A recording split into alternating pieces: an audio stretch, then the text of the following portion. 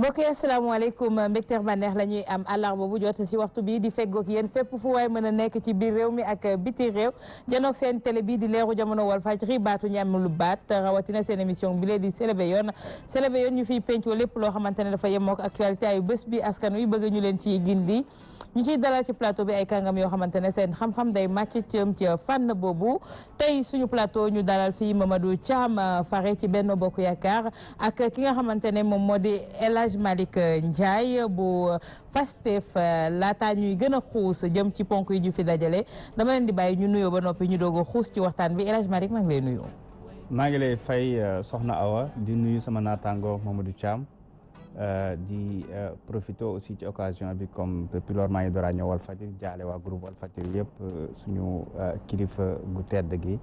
El Hadj Sidy Lamine Niass yàlla yërëm ko te xaare ko aljanna firdawsi di ñaan yàlla aussi lépp luñ fi wax rek nekk loo xamante ne ni njëriñal askan wi lay doon. jërëjëf jërëjëf El Hadj Malick Mamadou Thiam yow tamit ñu nuyu la. maa ngi lay fay Awa di la jaajëfal bon di ci profité di permettre aussi di la souhaiter un joyeux anniversaire. Ah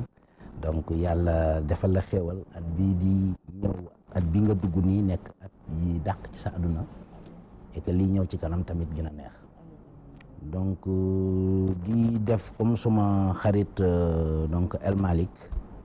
di puisque man tamit xaw naa gëj Walf bi ma fa duggee j'étais atteint par beaucoup d'émotions parce que bu nekkee wax dëgg rek peut-être une partie de l'expérience bi ma am ci média yi en termes de pratique et en termes peut-être même de notoriété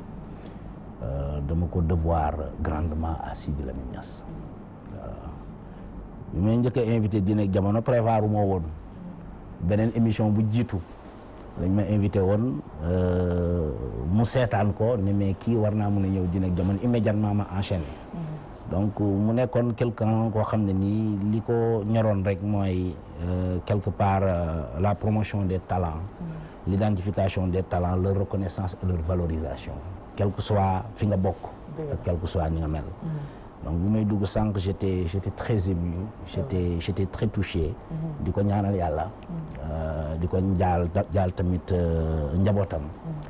mais am nañu yaakaar ndax Sidy li mu liggéey bëri na macha allah am nañu yaakaar ne incha allahu rabbi yàlla bu ko fayee xolam ak jëfam lépp dina neex lépp dina yomb di nuyu sama naatango El Malick c'est quelqu'un que j'apprécie beaucoup malgré le fait que bokkuñu même boor bi donc mais nit ku baax la nit ku dal la nit ku yiw la c'est quelqu'un que j'apprécie moi en tout cas de loin très personnellement donc di rafetlu di partager plateau bi ak moom comme ni mu ko waxee rek saa su jot ku fi teew delloo waat njukkal sargal ki nga xamante ne moom moo di El Hadj Sidy Lamine Niass ñu nekk ci mois d'août di atub juddo mois bi nga xamante ne si la juddu muy 15 août duñ ko fàtte mukk ndax saa su jot daf ma daan tooñ naan ma ñun ñaar ñoo bokk horoscope ay lion lañu kon ñu yaakaar ne 69 ans moom yooyu mi ngi koy féetee ci àjjana Firdaws moom El Hadj Sidy Lamine Niass kon ñu xuus rek ci li nga xamante ne moom moo ñu fi dajale ponk bu njëkk bi El Hadj Malick dañu gis ne ces temps-ci on parle tout le temps de problème économique jàpp ne dëkk bi fi mu nekk nii koom gi taxu koo demee noonu nekk nañu dans des moments très difficiles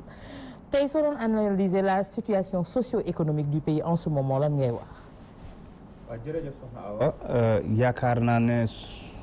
actuellement situation socio-économique gu Sénégal buñ ko jëlee ci wàllu koom-koom balaa ñuy dem ci wàllu social bi xëy na sénégalais boo tàllal micro ak fu mu mën di nekk mën na ci wax lu ëpp li ma ciy wax ndax dafa nekk loo xamante ne li ñuy wax lu flagrant lu frappant maanaam ci côté économie ñi ngi dund ay moments yu metti ñëpp xam ni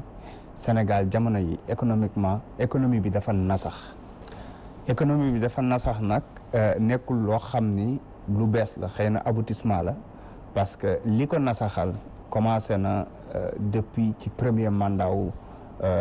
régime bi fi nekk maanaam ci seen ay investissement li ñu jàpp ne mooy seen ay priorité ak ci ni ñu yore askan wi ci wàllum gouvernance maanaam mal gouvernance ak aussi li nga xamante ne ni nemmeeku nañ ko ci wàllu gouvernance ressources naturelles yi waaye train de vie de l'État boo boolee yooyu yëpp moo nekk cocktail boo xam ne tey moom la ñuy dund te lu ñu annoncé woon la avant élection yi mooy annoncé woon nañ que ni investissement yi ñu def yoo xam ne fañ ko def du foofa dina am ak boo ko booleeg train de vie bi boole ko ak loolu ñuy wooyee mauvaise pratique yi maanaam chaque jour ngay dégg scandale depuis 7 ans yaa ngi dégg scandale si c'est pas COUD c'est Prodac si c'est pas Prodac ñu ngi lay wax ci wàllu ressources naturelles yi ak ci même ci ay niveau IPRES caisse sécurité sociale foo laal ñu ngi fay wax waxu scandale yooyu yëpp yoon soo ko boolee naturellement ak li élection yi ni ñu gisee xaalis bi nga xam ne dem na ci élection yi moo xam ci wàllu local yi la ba ci wàllu législative yi la ba ci présidentielle bi ca njombaxtal ga mënuñu woon a am lu dul am une situation économique boo xamante ne nii dafay difficile ba sénégalais yëpp yëg ko te situation économique boobu nga xam ne difficile na tey ba malgré li ñu demoon ñoom ne dañuy dagaani ci club de Paris ay milliards ak yooyu yëpp te taxul milliards yooyu noonu mën a wàcc si ak endettement chronique bi nga xam ne ñi ngi ko saxoo moo nekk di ñu dabaatal waxuma nag investissement yu ci mel ni ay terres yu ci mel ni ay Dakar comment dirais-je ay arène nationale ak yoo xam ne du prioritaire moo nekk di ñu dab tey moom la ñuy fay te loolu nag dafa am répercussion bu mag après bu mu am ci vie sociale bi moo xam ci santé bi ci éducation bi ci maanaam emploi bi lépp askan wi en général tey Mamadou suñu déggee El Hadj Malick ci ni muy peindre la situation socio-économique du pays c'est alarmant est-ce à dire que tey jii lendemain yu incertain la Sénégalais yi nam dundu suñu xoolee problème yi nga xamante ne yëpp tey jii mi ngi am te li ko jur du lenn lu dul une mauvaise gestion. Bon man bu ma dégloo sama mbokk mi donc El Hadj Malick dama naan est-ce que Sénégal bi ma dëkk est-ce que moom ci Sénégal boobu la dëkk waaw ma naan Sénégal bi ma dëkk est-ce que Sénégal boobu la dëkk xam nga nit booy apprécier une situation économique da ngay am ay indicateurs maanaam ay xayma yu lay may nga natt ne lii fii la waroon toll waaye fii la toll lii nii la waroon mel waaye melul nii du ma dugg sax ci indicateurs yi nga xam ne puisque débat bi wolof la dafay technique trop damay jël rek benn xayma bu woyof bu simple boo xam ne sénégalais ku ne gis na ko awa ñu ngi jóge ci tabaski lan la ñëpp seetlu que xar manqué na que ne xar manqué na dans le sens où presque ñun ñi jënd nañu xar ba xar yi fi des peut-être sax moom moo gën a néew ñi nga xam ne nii ñoom ñoo yor seen xaalis di wër pour jënd xar mais bu ñu nekkoon ci dëkk bu jafee boo xam ne xaalis bi circulé wul comme ni ñu koy waxee boo xam ne dañu nekk ci morosité économique yaakaar naa ne li ñuy gën a gis mooy ay xar yu ñu yeew prix bi wàcc yomb te gisuñu ko jënd. mais tey borom kër waaye yu bëri du tabaski wuñu de. contraire bi la ñu gis man li ma gis bi ma juddoo ba léegi 99 laa commencé jënd xar musumaa gis situation bu mel nii parce que chaque année man damay xaar bañ ne suba la julli parce que denc xar kër ga du yomb ma dem jëndi mais damaa wër ba jaaxle xar yu mag yi rek yu mag a mag yi rek laa gisoon ñoom ñoo des donc loolu c'est un indicateur da lay wan ne Sénégalais tey am nañ capacité pour absorber xar yi nga xam ne nii ñoo fi nekk kon loolu sant yàlla la donc domaine boo jël muy fonctionnaire yi ñu ngi fayeeku régulièrement da ngay dégg ñu ne ci tabaski la ñuy nekk mbala ci beneen fête mooy ñëw à partir du 23 du 24 ministère de l'économie et des finances def communiqué ne le salaire des fonctionnaires va être payé à partir du 23 du 24 du 25 ou du 26 on paie ne à l'avance li nga doon faral di dégg ma jox la yeneen xayma suñu équipe nationale yi macha allah ñu sargal leen muy bu basket bi muy bu football bi heure bu ñu demoon di football yi bitim réew balaa affaire bi di jeex da ngay dégg ñu naan problème mu xaalis am na jotuñu seen prime mbala nekkuñ ci condition yu baax loolu yëpp déggatoo ko donc dafa am ay indicateurs yoo xam ne boo ko xoolee ñun ñëpp ñoo bokk Sénégal xam nañ li daan xew xam nañ lan moo doon faral di am mais gis nañ ne wax dëgg yàlla ku xool objectivement da nga gis ne genre situation yi nga xam ne ni da doon wane xaalis amul bala ñuy toog bala 5 bala 6 du ñu fay loolu léegi kenn déggatu ko donc wax dëgg yàlla. mais kon tey lan moo indi problème bi ñuy wax que y a un problème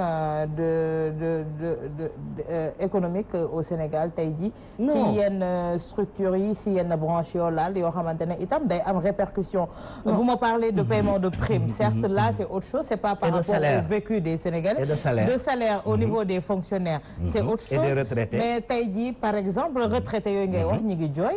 tey tabaski bii ngay wax j'ai vu des borom kër yoo xamante ne. tabaski wuñu ndax amuñu lu ñu jëndee xar yu ndaw yi nga xamante ne sax ñu ngi leen koy wax te rush bi doon am ci xar Dakar ren amu ko fa. Ces éleveurs là ont préféré rester chez eux au terroir. non boobu c'est-à-dire état bi dafa jël ay dispositions parce que bés bu nekk sunu mbokk yi dañ naan nañu favoriser Sénégalais yi favoriser dañu jël ay dispositions pour que ñiy jaay xar en priorité nekk Sénégalais yi nga xam ne nii ñu ngi def élevage yor ay xar. looloo tax xar yi doon jóge ci yeneen dëkk yi ñu wër yi ni ñu doon duggee wuñu noonu parce que dañu bëggoon priorité bi Sénégalais yi nekk fii di def seen i élevage yor seen xar yu baax sonn ci di leen jox ñuy lekk di leen jox ñuy naan pour que Sénégalais yooyu nekk les premiers bénéficiaires ci tabaski bi. looloo tax nga sentir justement que ne am na xar yi ni ñu doon duggewuñu parce que dañuy gis ne capacité de production locale bi yegg na foo xam ne nii mu ngi waaj a mën a absorber la demande. donc à partir de là dañuy tëj des mesures yi nga xam ne nii dañuy bëgg alal ji fi muy dem mu des ci biir Sénégal loolu moo ëppal njëriñ waa Sénégal moo ëppal njëriñ ñi nga xam ne nii ñu ngi nekk ay éleveurs di def ay opération tabaski. moo tax ren nga baal ma laddum yi ak xarum yar yi ñoom nga gën a gis que xar yi nga xam ne nii maanaam xaru pël-pël yi doon jógee ay Mali ay Mauritanie. donc loolu aussi c'est une avancée considérable. xarit bi nekk bi fa dugg est-ce que tey jii man j'ai l'impression que Mamadou est-ce qu'il est au Sénégal est-ce qu'il est basé au Sénégal même parce que les réalités dont on parle moom mi ngi koy occulter ne amul et c'est-à-dire kon lu tax tey jii FMI doon sonner l'alerte que tey le monde rural également qui crie des cris de détresse yooyu yëpp tey jii ñu bëgg a occulter que ne y a pas de problème aujourd'hui que l'État est plus liquide que jamais. xam nga soxna Awa yéen ay journalistes ngeen yéen yaakaar naa ne li ngeen di jot ci xabaar ak seen correspondant yi nekk à l'intérieur du pays di leen ko remonter yéen a ñu gën a xam foofu sax li ñuy wax moom ci boppam à travers ses dires reconnaître na que ni situation bi dafa calamiteuse je m'explique exemple bi mu jël ci laa koy topp. mooy moom pour justifier que ni maanaam situation bi avancement am na dafa jàpp ne Sénégalais dañoo bëri xaalis ba jënd ay xar ba xar amatul foofu la juumee xam nga ñi seen problème mooy ñett moo leen topp amuñu vision am problème mu planification ak problème mu exécution je m'explique bu dee wàllum vision bi ñoom bu ñu amoon vision seen premier objectif mooy naka la ñuy def ba am benn élevage moderne boo xam ne fii ci Sénégal du ñu jéggaaneeti lépp lu jëm ci wàllum ndawal te on a la possibilité ndax ay jamono yu yàgg jamono yi sax mën naa ne Senghor ba Diouf amoon nañ li ñuy wax ay centre zoologique nga xam ne xamoon nañ ci bu Jolof Daara Jolof man Daara Jolof laa dëkk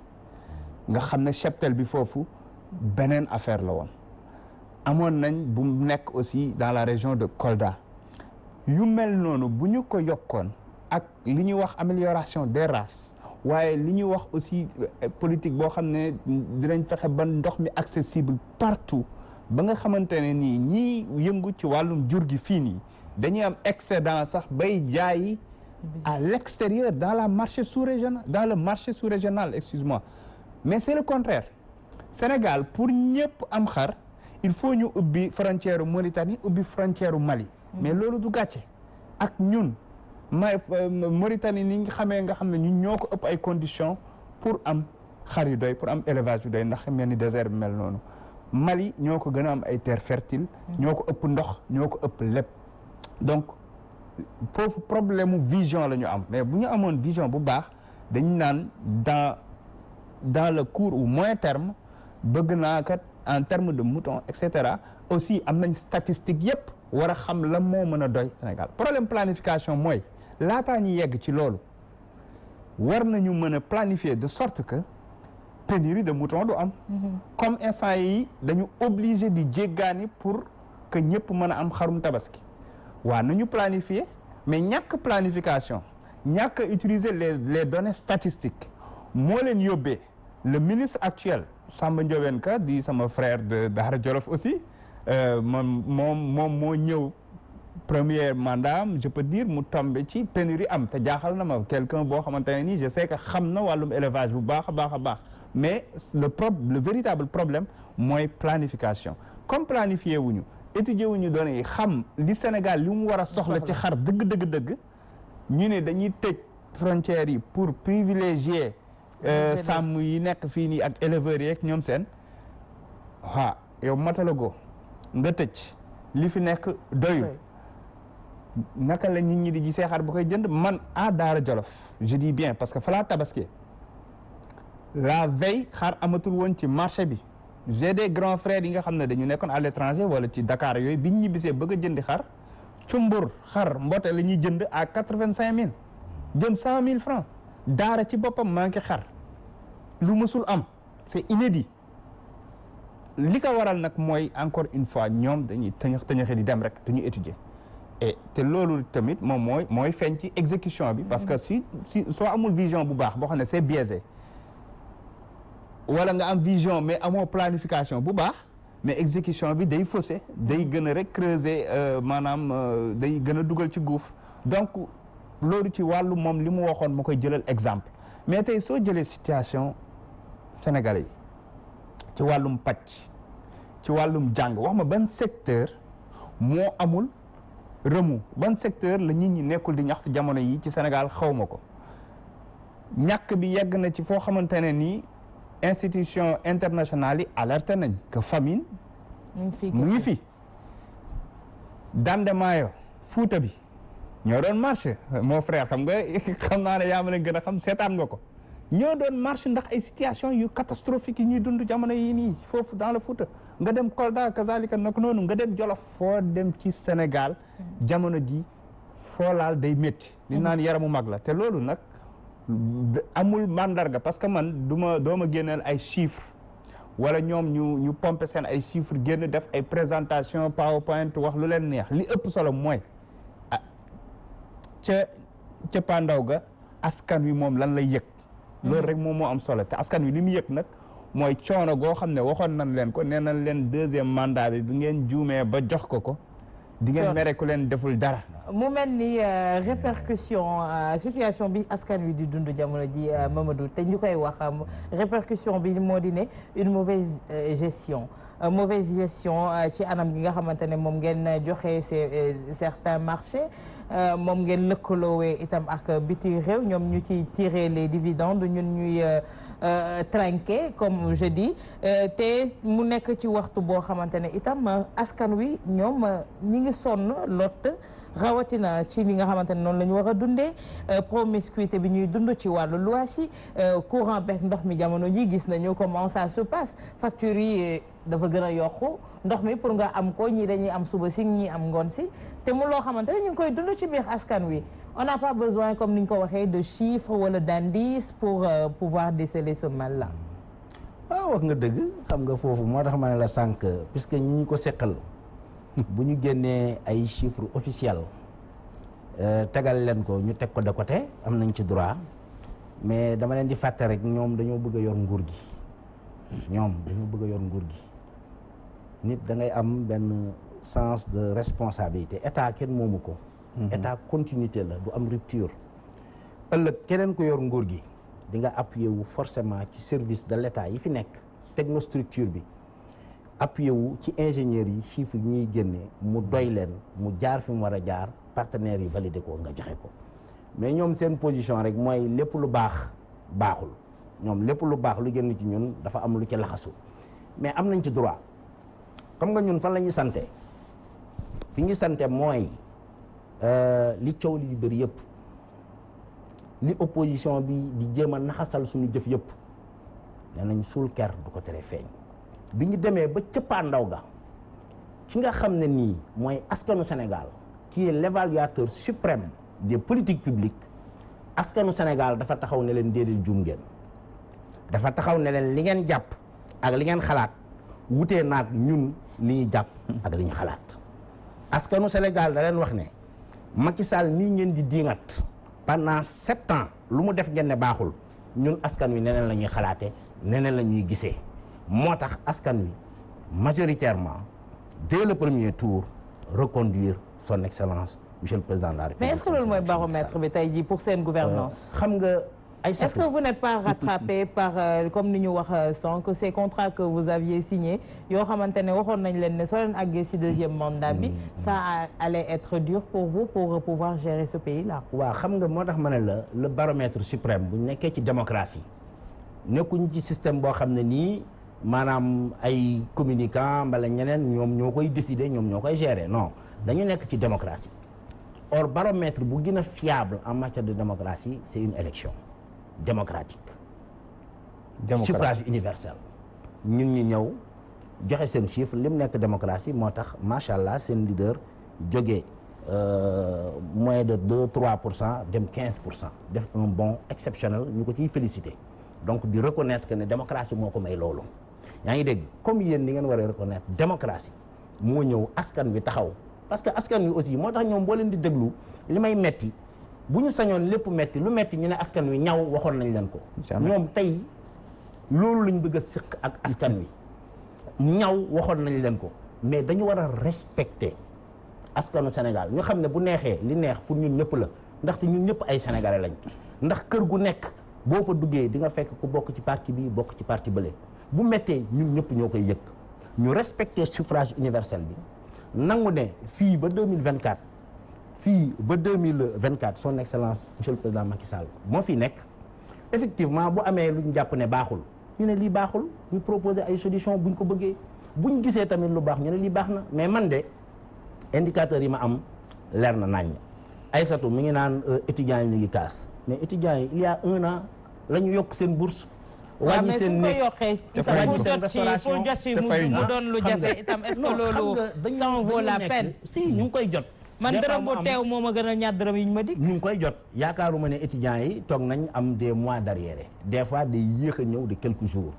mais parce que loolu xam nga lenn rek loo xam ne nii moo am peut-être mu xawoon à un moment donné indi jafe-jafe c'est parce que booy gérer état da nga war a xam lenn il parle de planification il parle de vision il parle de mise en œuvre je suis très à l'aise sur ça je suis très à l'aise parce que Sénégal bi mu nekkee Sénégal ba léegi amut benn président de la République bu ñëw taxaw décliner une vision aussi claire aussi smart que la vision déclinée par son excellence monsieur le président Macky Sall à travers le PSE. mais tey jii Mamadou si point boobu ci planification bi ak yooyu. mun ngeen planifier d'accord mais déroulé bi itam ça peut poser problème. je suis d'accord déroulé bi tombé na foo xamante ne amul répondant fi mu nekk nii. loolu nga yaakaar rek. amul répondant parce que les Sénégalais sont en train de le vivre. c'est un plan boo xamante ne depuis seen premier mandat yéen a ngi koy plébiscité et depuis lors ça ne porte pas ses fruits. waaw xam nga moom. y a pas de retombée. quand il parle de planification dafa war a xam ne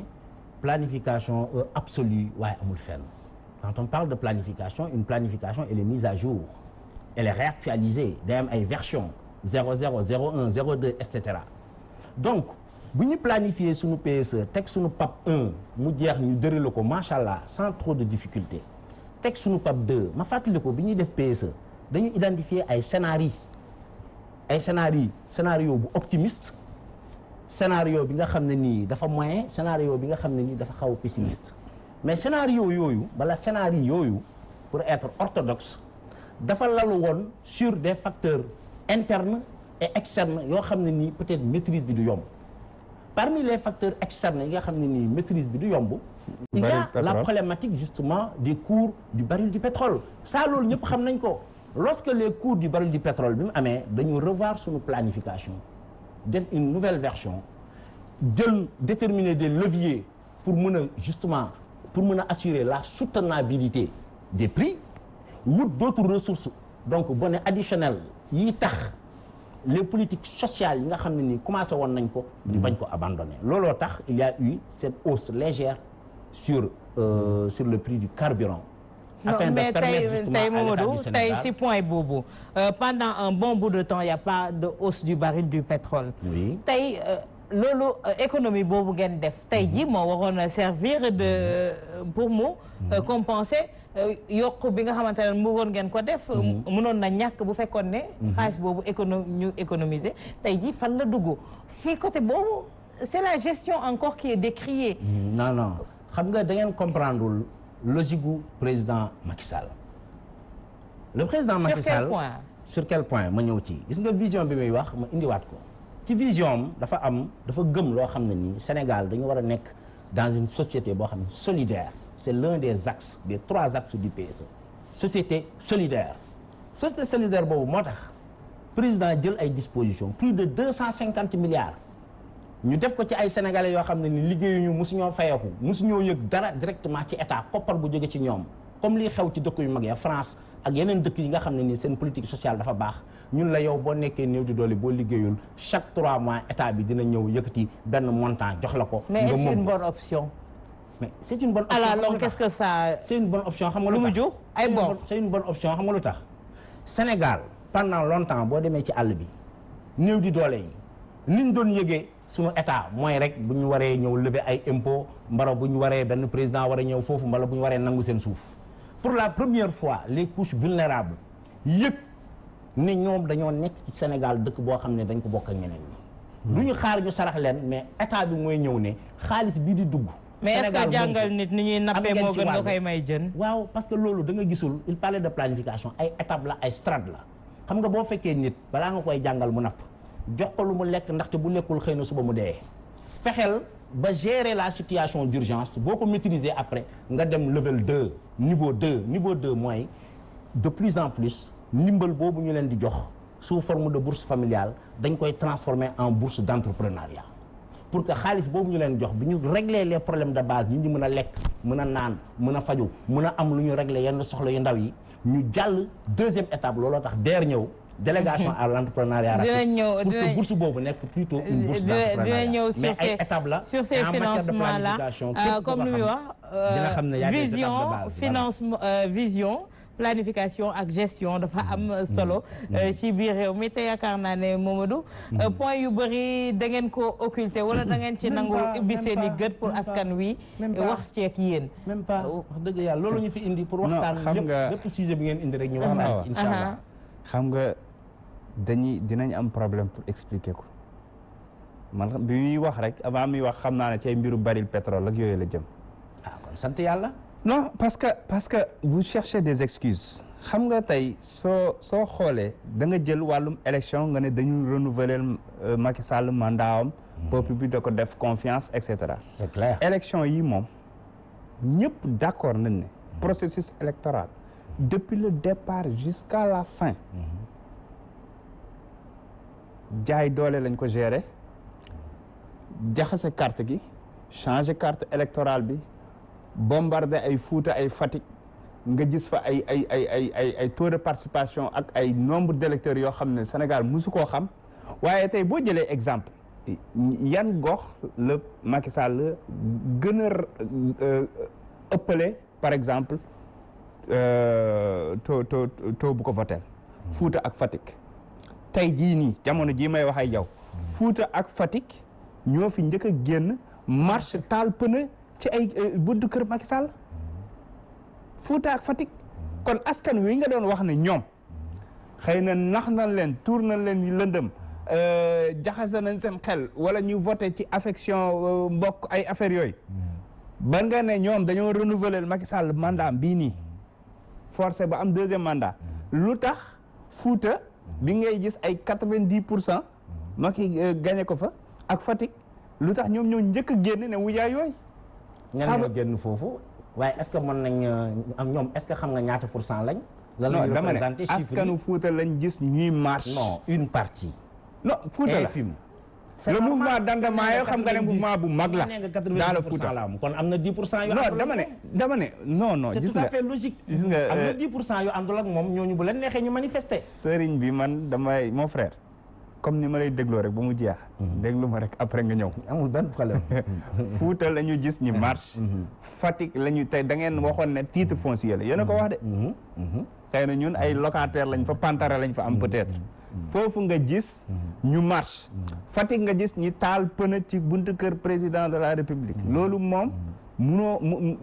média yëpp wane nañu ko. les images sont là ay vidéo ak yooyu xanaa du ngeen ne peut-être opposition bi ñoo falsifié affaire yi wala ñoo envoyé ay militants ñu sol ay caaya daal di kaalaw ak yooyu donc c'est pour dire que tey métit bi fépp la ndax mënoon nañ xalaat fu nekk yëngu ci Sénégal ba mu des xëy na Fuuta ak Fatick mais ñoom ñoo njëkk a yëngu parce que nag affaire bi moom fépp la méttee te li ko waral encore une fois PSE xëy na yow sax jàmbaar nga wax ci élection yaag léegi dégguma membre Benno Bokk Yaakaar bu tudd PSE gouvernement bi sax duñ tudd PSE parce que xam na ne échec total la dañu ñëw indi seen yoonu yokkute mu mujjee transformé wu yoonu yàqute ñu dem fay plus de 2 milliards pour ñu defaral leen un plan mais plan bi baaxul wax naa la ko planification bee baaxul xam nga lu tax yow xam nga ne pour nga am benn industrie boo xamante ne nii pour nga am économie bu soutenable boo xamante ne nii dafay mën a durer day mën a nekk sur une longue durée mais mën a porter koom-koomu dëkk il faut que le tissu industriel bi foog nga taxaw ci bu baax a baax dëgëral ko mais ñoom ci seen PSE bi tissu industriel bi occupé wu ci 33% donc dañu xam nga ñoom problème priorisation la ñu am mais tey jii El Malick tey bu fekkee ne yéen vous avez décelé tous ces mots-là si seen gestion qu'est-ce qui vous empêche vous au niveau de PASTEF par exemple de prodiguer des conseils au président on ne cesse de le faire non c'est des critiques je vois le plus souvent je dis que PASTEF mais pas des suggestions non xëy na Sénégal li mu bindoo ak une grande partie de la presse ñoom diw attaqué na Macky Sall wala Cissé Lo attaqué na Sonko les trucs yooyu la ñu gën a wane mais tey je donne un exemple 2015-2016 on a sorti 15 propositions pour une gouvernance rationnelle de nos ressources naturelles 15 propositions dont am na ci benn proposition boo xam ne c'est moom mooy niro COS-Petrogaz mais ñun ni ñu ko proposé sax c'était beaucoup plus inclusif c'était beaucoup plus efficace donc ay propositions yoo dañ koy génne ñëpp am ci accès sur l'histoire des accidents boo tapé sur Google di nga gis halte à l'hécatombe sur les routes dañu def diagnostic pointer du doigt askan wi seen responsabilité pointer du doigt les gouvernants mais aussi def ay propositions ñun noonu la ñuy politiquer peut-être nag fii Sénégal boo xoolee critique ak fait divers la ñuy gën a magnifier et cetera mais ci proposition mais y a mieux que ça suñu programme jot na c'est public te lii may wax nii yëpp mu ngi ci biir programme jot na c'est public on a en même temps aussi tenir nañ ay discours campagne tenir nañ génne nañu ay production génne nañ livre solution ñoom nañ jël livre solution bi bu ñu ko jëlee lire ko rek dootuñ soxlaati PSE dootuñ soxla leneen am nañ fa lu ñu mën a gouverner Sénégal parce que ñun loolu lañ gëm bi ñu ñëwee ci langue politique yi dañ ne dañuy indi lu bees nekkul rek naan way gouvernement bi def fi dara lii baaxul non. mais c'est directement par exemple le président de la République le président Ousmane Sonko en tant que leader lui dit que je vous apporte des esquisses de solutions par exemple par rapport à telle catégorie wala telle kii soxna Awa bëgg nit weesuwul nga gis ko muy daw di mbëkk miir bi nga ne ko taxawal yaa ngi mbëkk miir bi doo ci yem ne ko taxawal yaa ngi mbëkk miir bi de da nga naan ko jaareel yoon bee moo gën ñun c'est ce qu'on est en train de faire c'est-à-dire que on alerte ne leen endettement bi kat fii ngeen jëm ak moom xam nga histoire endettement bi da ngay gis borom oto bi daw 220 nga ne ko sawaay li ngay daw bari na wàññil mu ne la non vitesse bi dem na ba 240 te man 220 laa nekk balaa muy réaliser ne mu ngi 240 fekk na musiba am na looloo leen dal ci endettement bi depuis 2014 ñu ngi alerté ci endettement bi ne leen ni ngeen di lebee baaxul ak su ngeen lebee fi ngeen koy dugal baaxul te lii dafay nekk loo xam ne dañuy dab xam nga lu tax ñu koy def ëllëg su yàlla defoon ñu jël réew mi dañuy sonn pour suqali réew moomu parce que dañ koy dugal ci góota goo xamante ne ni yow balaa nga koy génn sax xëy na sa mandat jeex donc encore une fois problème mu priorité la ñu am ma jox la exemple ñaata milliards lañ engloutir ci terre bi ils avaient commencé par dire 568 milliards ñu sëkkatal leen. ñu envoyé li may wax nii lettre bi Ousmane bindee lettre envoyé ko ministre bi tontu ñu remonté ba 783 milliards. ñu waraat leen ay preuve ne leen dem ngeen ba 1200 milliards mais admettons que 783 milliards yi la. ils ont un programme d'investissement sectoriel PIS bu ministère de la santé def ñu ne la hôpitaux yi ñu bëgg a tabax par exemple hôpital niveau 3 ils ont parlé de plus de 46 milliards pour tabax benn hôpital niveau 3 tey boo jëloon 700 milliards yooyu noonu xam nga ñaata hôpitaux de niveau 3 nga ci mën a am chaque région au moins dina am bu bees tàq en plus de la fa nekkoon ak équipement yi chaque région je dis bien mais tey lan ngay dégg accident am na ñu yóbbu leen Bignona yóbbu leen Ziguinchor amuñu fu ñu fajee ñooñu ba dañuy mujj di faatu il a fallu que démb ku mel ni Ousmane Sonko wax ci alerter leen tey bi may ñëw laa gis ne commencé nañ évacuer ñi nekkoon Bignona di souffrir indi leen Dakar faj leen loolu gàcce la Bignona ba Dakar nga ci évacuer man Daara Jolof laa dëkk barki démb suñu benn sœur dafa décédé xam nga lu ko rey da doon am doom am hémorragie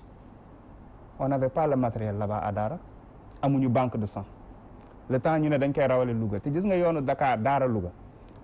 day boo fa jaaree sax maanaam boo fekkonte ne naroon nga yegg Louga sax dooraa décédé boo fa jaaree balaa nga yegg Koki yàlla tere yàlla jël sa bakkan ndax yoon la boo xamante ne nii c'est extraordinaire ay paxi kese la donc pour dire que problème bi nga xam ne moo soxal askan wi ñoom nekkuñu ci ñoom ñu ngi ci arène nationale ñu ngi ci terre ñu ngi ci projet yi nga xam ne ay projet lekkukaay la waaye du askan wi moo ci jëriñu du askan bi moom moo ci jëriñu ci point boobu nga xamante ne Mamadou naam yéen a ngi koy bañ mais askan wi ñu ngi dund ay jafe-jafe keesu nguur gi mëtteetul ci soxla askan wi waaye tey jii comme Ousmane Sonko ni mu ko waxee rek bokk na ci li mu ñaawlu ñu jógee ci élection mu engloutir xaalis bu bëri coono gu bëri askan wi itam nekkoon ci coono gu bëri ñu leen di xaar ngeen soobu ci liggéey bi yéen a fi lancé woon fast track mais nos ministres au premier chef le chef de l'État ñoom ñu ngi dem vacances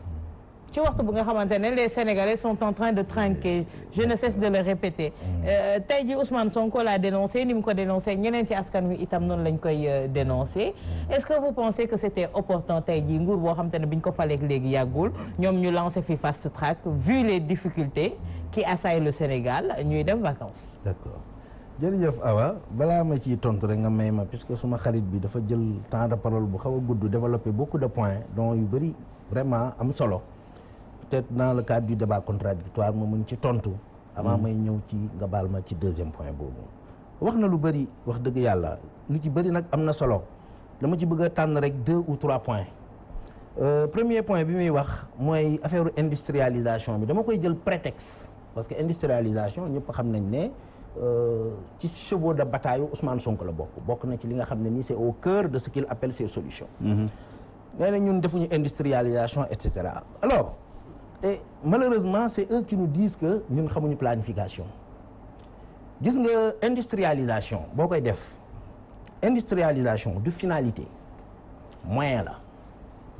on est d'accord pour créer des emplois pour am des ressources am des valeurs ajoutées intermédiaire la pour être plus précis moo tax ñu ne secteur secondaire waaw non dama ne c'est un moyen globalement c'est pas une finalité on ne fait pas une industrialisation pour le faire on le fait pour quelque chose pour des objectifs et cetera sens boobu laay waxee mais industrialisation boobu dafa am ay préalables. mais tous les pays qui se sont développés ont misé sur l'industrialisation. doo ma baal rek ma yeggali suñu waxtaan bi. waaw mais ce point boobu aussi dama la ciy interpellé parce que c'est un débat. damay ñëw donc industrialisation dafa am ay préalables. maa ngi fàttaliku en 2014 temps yooyu maa ngi woon PSE donc xam naa li may wax bu baax. ndax PSE laa nekkoon 2014. bi ñu recevoir des investisseurs chinois fekk ñu ngi wax li nekk tey le parc industriel de Diamniadio ñu leen di recevoir ñu dem fa visiter foofu àll rek la woon li ñu investisseurs yooyu laaj xam nga lan la dañu ne ndox mi ñaata lay jar courant bi ñaata lay jar taxi yi lan la mobilité bi possibilité yi ñuy am pour bu ñu defaree pour génne ko daal di koy génne dëkk bi en matière de transport en matière de mobilité yan la condition yooyu la ñu laaj parce que un industriel balaa ngay investir pour gagner mbala pour am xaalis il faut nga xool aussi l'environnement bi ngay investir les facteurs de compétitivité les facteurs de production ndox mi courant bu doy yoon yu doy port yu baax et cetera et cetera et cetera ñun président Macky Sall yorul Sénégal depuis 1960 2012 la ñëw bi ñu ñëwee ñu gis ne parmi les facteurs de production dafa am des points de faiblesse dans notre environnement donc bu ne économique mu jël ay mesures incitatives benn ñaar mu gis ne ci suñuy facteur de production balaa ñuy mën a am une industrie il faut que ñu am une capacité de production énergétique boo xam ne nii du ñu yemate rek naan sénégalais yi bëgg nañ courant mais industrie yi tissu industriel bi fi nekk ba ñu obligé di jënd ay carburant pour mën a doxal moo tax en 7 ans on a doublé la capacité de production du Sénégal maanaam li Sénégal produire courant 1960 ba 2012 ñun dañu ñëw en 7 ans ñu produire la même chose doublé ko donc ñun ñu ngi ci loolu ñu ngi ci pari industriel bi mais contrairement à vous ñun defuñu politique wax rek politique du réel la ñuy def xam nañ li fi nekk xam nañ lan mooy les préalables xam nañ lan mooy les prérequis def nañ diagnostic bi dañuy jéem a combler le gap qui nous éloigne justement des conditions de compétitivité afin que Madame. Mais est-ce que ces réalisations sont visibles, Mamadou? Madame, xam nga loolu la ñuy wax boîte noire mais constat bi impact bi ñun ñi gis nañ ko parce que li ma la wax courant bi naam ñun ñi mën nañ wax lii ma la wax lii mais ku xool rek te yàlla tax xam ne ni courant bi meloon 2011 ak ni courant bi mel léegi du benn wax dëgg yàlla donc ça c'est visible donc ma yeggalee rek ci débat bu am solo bi muy wax donc ci loolu la ñu nekk on est en train de créer les conditions ba aujourd'hui je pense que tey dëkk bi nekk na ci loo xam ne parce que PSE bi ñu koy planifier dafa am loo xam ne dañ ko teg ne les préalables et les paris les préalables à mettre en place et les paris à gagner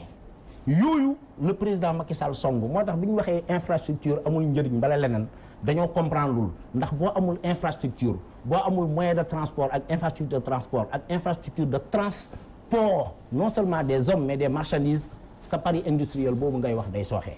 ndax boo demee ba Sédhiou bala ba Casamance nga def fa des petites unités industrielles te amuñu possibilité pour jële ko foofu Casamance indi ko Dakar wala yóbbu ko Europe kon du sotti donc day wane rek malheureusement ñoom seen gis-gis xëy na am nañ yéene ci Sénégal mais wax dëgg yàlla seen wax moo bëri rek mais seen xam-xam dafa des ma jox la ci beneen preuve li mu doon wax ne ñoom def nañ alerte def des propositions li ñu def du ay propositions de solution ma liiral la ko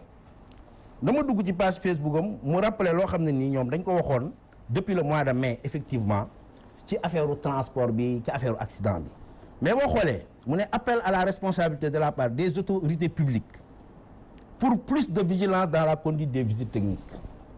plus de rigueur dans les conditions de délivrance des permis plus de sensibilisation maanaam ñoom li ñuy wax nii y a pas de mode opératoire gis nga nit boo koy defal des propositions ñoom ay généralité la ñuy wax mais booy def proposition ñoom ñi naan xam nañ planification xam nañ ni ñuy defee proposition ci état mbala ci service mbala ci entreprise da nga koy ànd ak un dispositif d'opérationnalisation boo nee plus de vigilance da ngay wax fan la ñuy jaar nan la ñuy def pour am plus de vigilance. mais est-ce que suñu leen junjee rek du yéen a mottali woo leen nag toog ñoom pour waxtaan ak ñoom ñu xóotal non yeggali mais yeggalil nag dama bëggoon a yeggali li ngay liir am na solo dama bëggoon a waaye attirer attention sénégalais yi léegi si sama question ñu def la part des choses entre ñi nga xam ne nii dañuy indi ay solutions ak ñoo xam ne nii ils ressemblent plus à des marchands d'illusion ma jox la beneen exemple ñoom ñi naan solution loolu révélation la fii laa koy defee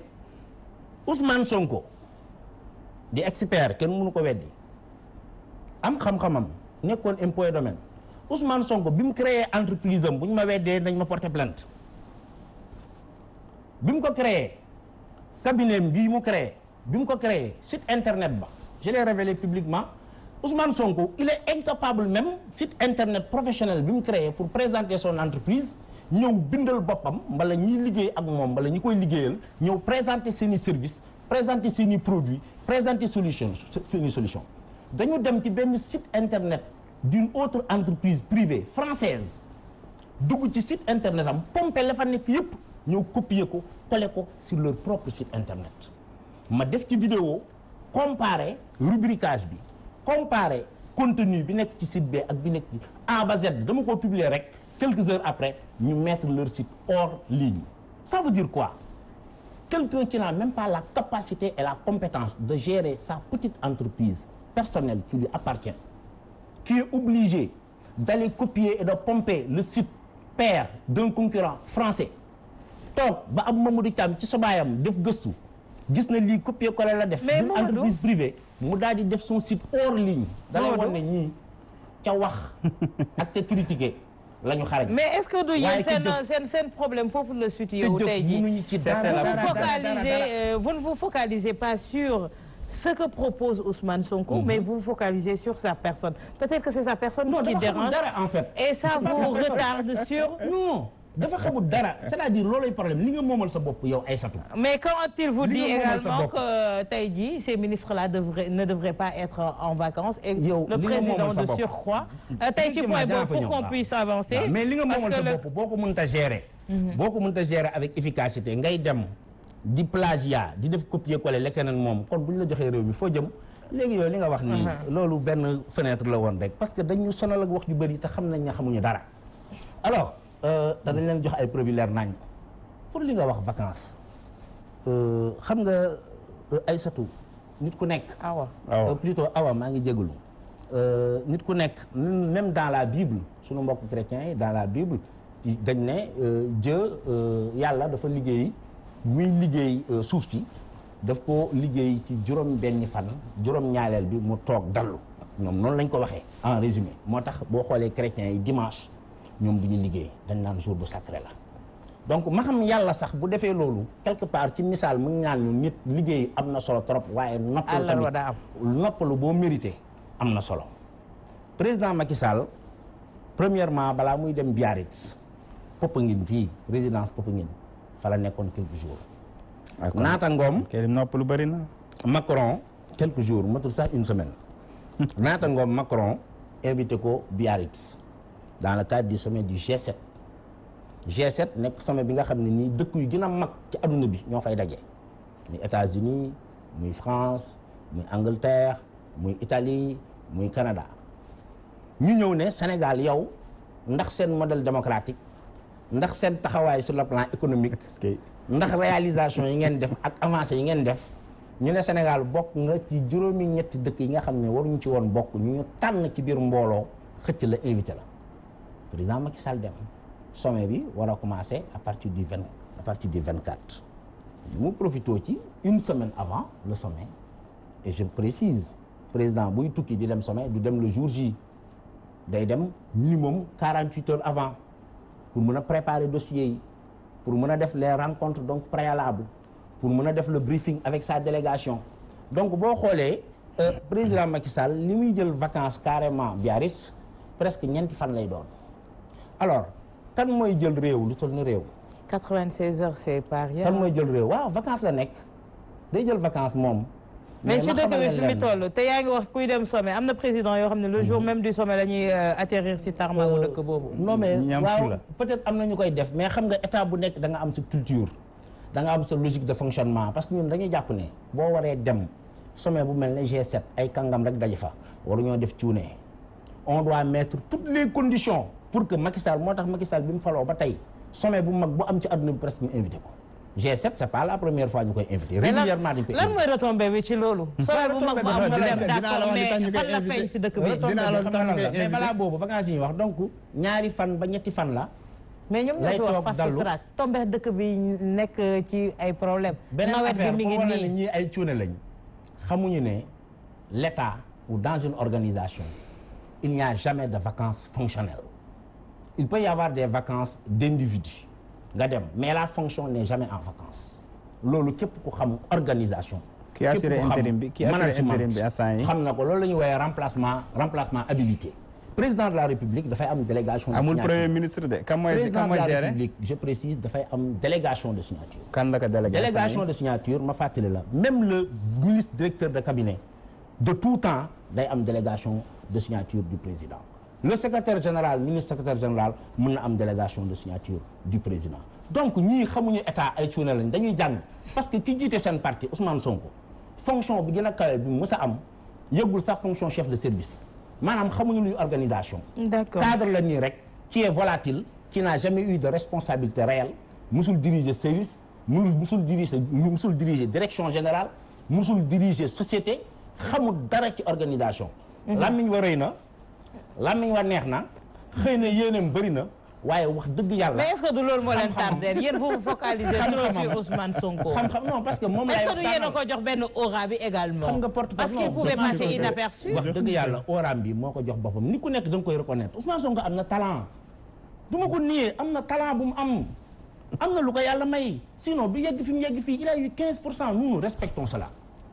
Nous respectons l'homme Sonko, nous respectons son talent, nous respectons ses compétences et ses potentiels. Mais dañ koy xamal rek ne doole yamul moo tax ma jël ay exemple wane ne am na talent certes am na lu mu am na lu mu représenté mais talent boobu c'est surtout un talent en termes d'opportunité communicationnelle lu xëy rek Ousmane Sonko tiré lu am rek Ousmane Sonko il sait saisir les opportunités communication il a ce talent là mais à part ça en termes de gestion en termes de management en termes de politique publique vraiment man personnellement man gisuma lu ma jaaxal ci Ousmane Sonko man bu bëggee mu ñëw ñu débat ak moom sur le plan non yow man ngay débattre moom wax dëgg yàlla gisuma dara lu ma jaaxal ci Ousmane Sonko il sait saisir les opportunités politiques il sait se positionner moo tax jaral na ko tey mu wax A suba mu ne B moo taxawoon ne système bi yëpp ñoom Ablaye Wade dañ leen di buggal leen ci nekk rey leen waaye dagan na léegi changé na d'avis nee na Ablaye Wade papaam la da koy seeti di ko dalal moo waxoon ne dañu war a séparer ci système bi les hommes d'affaires avec les politiques mu dem daal di tarbiyu ci Pierre Goudiaby donc boo ne Atepa ndax kooku financé ko campagne donc c'est un situationniste Ousmane Sonko. te Sénégalais vraiment plus ñuy koy comprendre moo tax débattre ak ñoom man daf may neex. d'accord l'objet du débat c'est pas Ousmane Sonko sax c'était juste une parenthèse et on avance ñu wax ci loo xamante ne ñu ngi ko doon évoquer sànq c'est ñu doon wax ne la famine s'est installée au Sénégal à l'intérieur du pays tey ñu nemmeeku ne on a une faible pluviométrie gis nañu ne nawet bi naam tàmbali na ñu ngi ci mois d'août te ku ne mois d'août dañ doon gis ne da doon taw ba lóor fi mu nekk àll bi ñëpp ñu ngi jooy ñi nga xamante ne dencoon nañu seen seko yi as néew lu ñu dundee pepp yooyu jël nañ ko def ko jiw ndax amuñu woon jiwu tey yaakaar nga ne situation boobu ça va nous mener où bu fekkee ne tey jii Sénégal itam ci wàllu agriculture on n'a pas cette culture toute saison boo xamante ne instauré nañ ko fii au Sénégal on attend l'hivernage pour pouvoir cultiver après l'hivernage c'est le néant. xam nga yaa ko waxal sa bopp sax soo xoolee je me suis xam comme dugg nga sama page Facebook gis nga post bi ma def y a 5 yoo xamante ne ni ku ci nekk wax na ci Ousmane Sonko parce que ndax sortie bi mu def démb moom mooy 6e bi tey wax na ci mais à savoir ñoom Latif Coulibaly ñoom ñëpp mais amul kenn koo xam ne dafa indi argument contre les arguments de Sonko lan la ñuy wax Sonko l'insolence nangam Sonko arrogance Sonko maanaam attaque personnelle ñoom le problème mooy Sonko day ñëw di leen won jant bi ñii xool baaraam bi c'est ça le problème naan baaraam bi dëng na nangam sangam duñ mës a gis jant bi mais ñun ba ñu ñëwee ba léegi xam nga sànq bi ngay lire proposition yi pour accident yi yooyu yeggali woo mais quand on fait un résumé de proposition on évoque les grandes lignes wax ni lii mooy point saillant c'est vous qui gouvernez on vous donne les indicateurs su ngeen bëggee nag non déglul rek su ngeen bëggee non déglul su ngeen bëggee nag su ngeen bëggee ñu gouverner à votre place wala ngeen ñëw jël ci cours ñu tojal leen yëf yi ba en détail mais envoyé leen ñu benn invitation rek amul problème dinañ ñëw gérer leen ko parce que askan wi moo ñu ñor. d'accord loolu benn la ci wàllu société Ousmane Sonko lu mu bëri xam-xam lan la xam ci développement site man su may monter sama société mais damay dem gisi ñi nga xam ne ñooy gérer développement site. non contenu cœur de métier bi laa wax maa ngi ñëw non dama koy brosser rapidement xam nga contenu cœur de métier Ousmane Sonko ci son propre métier moom la jël copier coller ko waxuma xam nga lan lay def cabinet conseil fiscal ci àdduna bi yëpp laa wax de. léegi il est incapable de dire moom lan lay def ci fiscalité sëriñ bi di nga dégg. day def copier coller. non bu yàq émission bi ci fin bi nag bu yàq émission bi ci fin bi. il nous reste 3 minutes. damay bañ rek ñu comprendre du développement bu yàq dinañ comprendre dinañ comprendre. loolu rek laa bëgg tey cabinet conseil fiscal. foo dem ñoom ñëpp même service yi la même détail technique yi la. même service même détail technique noonu nga ko ubbee noonu nga mën a ubbee yeneen 10 sites tu vas retrouver les mêmes contenus parce que c'est le même cœur de métier parce que comme droit la nekkul loo xamante ne nit ki mooy ñëw inventé ay yëfi boppam teg c'est des choses qui sont là boo demee ci ordre des fiscalistes dinañ la ko wax c'est prédéfini. D'accord, léegi on avance si maintenant soo ñëwee maintenant soo ñëwee tey ñoom li tax ma ko doon wax ne problème wax na fi Sénélec demal Thiès génnal Dakar lañ ñemewul coupé jamono yi te ñu ngi coupé ndànk-ndànk ça coupe partout maintenant partout ñoom dañu bénéficier woon ci ñaar baril pétrole parce que 2011 nag baril pétrole bi xam nga fi mu nekkoon dépensé woon na $100 pluviométrie catastrophique ñoom ñi ñëw tombé ci baril pétrole bu wàcc coow li ñuy coow yëpp baril pétrole bi xam nga fan la toll jamono yi $55.63 et pourtant terewul yokk nañu carburant bi et moom moo doon wax ne c'est inadmissible Mali carburant di jaar fii di gën a yomb te ba léegi Mali ñu gën a yombale moom dafa ñëw yokkaat donc li may wax mooy problème mu vision ak planification nga jël pluviométrie bi dañoo alerté ba sonn dañ ne leen Sénégal yéen Ousmane wax na leen ko nee na leen seen taux de croissance ci nawet bu nangu ak bu nanguwul la dépendre l'histoire lui a donné raison xam nga lu tax dañ ko wax ci programme jot na dañu ne pour nga am agriculture bu soutenable mënoo am agriculture saisonnière loolu mënatul nekk dans ce monde d'aujourd'hui da ngay am agriculture boo xamante ne nii 12 mois sur 12 da ngay bay te loolu dañ ne ñun levier secteur primaire bi maanaam agriculture bi ak élevage bi ak pêche bi dañ koy redynamiser moderniser ko joxe sax modèle agriculture bi ñuy def ba pare daal di ne non déglu rek ñun suñu programme dañu ko phasé déglu rek moo wax la dañu ne dañuy revitaliser canal du Cayor ci ñaata at dañuy revitaliser vallée fossile déglul ma ñëw bu ko defee ñi mën a bay noor ak nawet su ko defee ndox di mën a am gàncax di mën a am xont di mën a am dañuy renégocier les accords de pêche lébu yi bu ñu dematee géej man fa fekk jën dañuy am nu ñuy gérer Mauritanie gu jege gi man dem naa fa 1 mois dans le secteur maritime j'ai vu naka la ñuy gérer li tax ñoom ñi am jën parce que dafa am ay période yoo xam ne kenn du napp dafa am ay mbaal yoo xam ne ba pare dañu am fulla gu day ni tey benn nappkatu étranger bu fi ñëwee bëgg a taxawal fii société comme fii Skaza ni mu mel fii ci Mool 10 bi société yi fa nekk yëpp amul presque benn bu ci sénégalais moom xëy na à part Sopasen boo ñëwee ñoom Mauritanie dañ lay exiger nga collaborer ak un Mauritanien nga xam ne day am benn capitale nationale loolu la ñuy wax ñun sama bopp ma la gënal du bañ naa la mais tey jii nii bu ñu ñëwee ci wàllu situation bi ni mu mel ñoom ñu bàyyi fi askan wi dem vacances day waree conception bi ñu am ci nguur boo yoree nguur pour Sénégalais yi may seetaan comprendre dafay mel ni nga yor sa kër da nga war a yor li ñuy wax jikkoy sondeel bougie jikkoy sondeel mooy da ngay taal sa bopp ngir leeral sa waa kër maanaam un président de la République li ñu am régime bi ak yi fi jaar ak yeneen yëpp conception bi ñu am ci nguur mooy nguuru mooy bànneexu gisoon nañ fii Cissé Lo mu ne Macky yabuñu sax bay arrêté mandat bi 5 ans ndax ñun dañuy nguuru donc conception bi ñu ci am mooy bànneexu alors que sacerdoce la war a nekk maanaam da nga naan man kat dama fas yéenaa doon sondeel taal sama bopp ba mu jeex tàkk ngir leeral sama askan waaye du ma ñëw ne damay soppi sama askan sondeel ngir ñoom ñu leeral ma man ak sama njaboot ak samay xarit loolu la Sénégalais yi war a comprendre te xam ne réew mi tant que ñu ngi am ñoo xamante ne nii dañ fiy ñëw pour nguuru pour yokk seen koom-koom pour yokk seen daraja pour yokk seen alal askan bi ñoo koy yëkk. D'accord pour terminer rek en 30 secondes Mamadou ci wàllub hivernage bi ak wàllub nawet gi ak li nga xamante ne moo di béykat yi ñuy jànkonteel est-ce qu'on ne s'achemine pas ak li ñu waxoon moo di ne une famine qui s'est installée à l'intérieur mais qui guette également Dakar. non yaakaaruma ko donc. Dakar soom bi beeg fonde yi bëri na fi léegi. yaakaaruma ko je pense que xam nga wax dëgg yàlla Sénégal ku xool Sénégal xam na ne soom bi ak fonde ak cagri commencé wul tey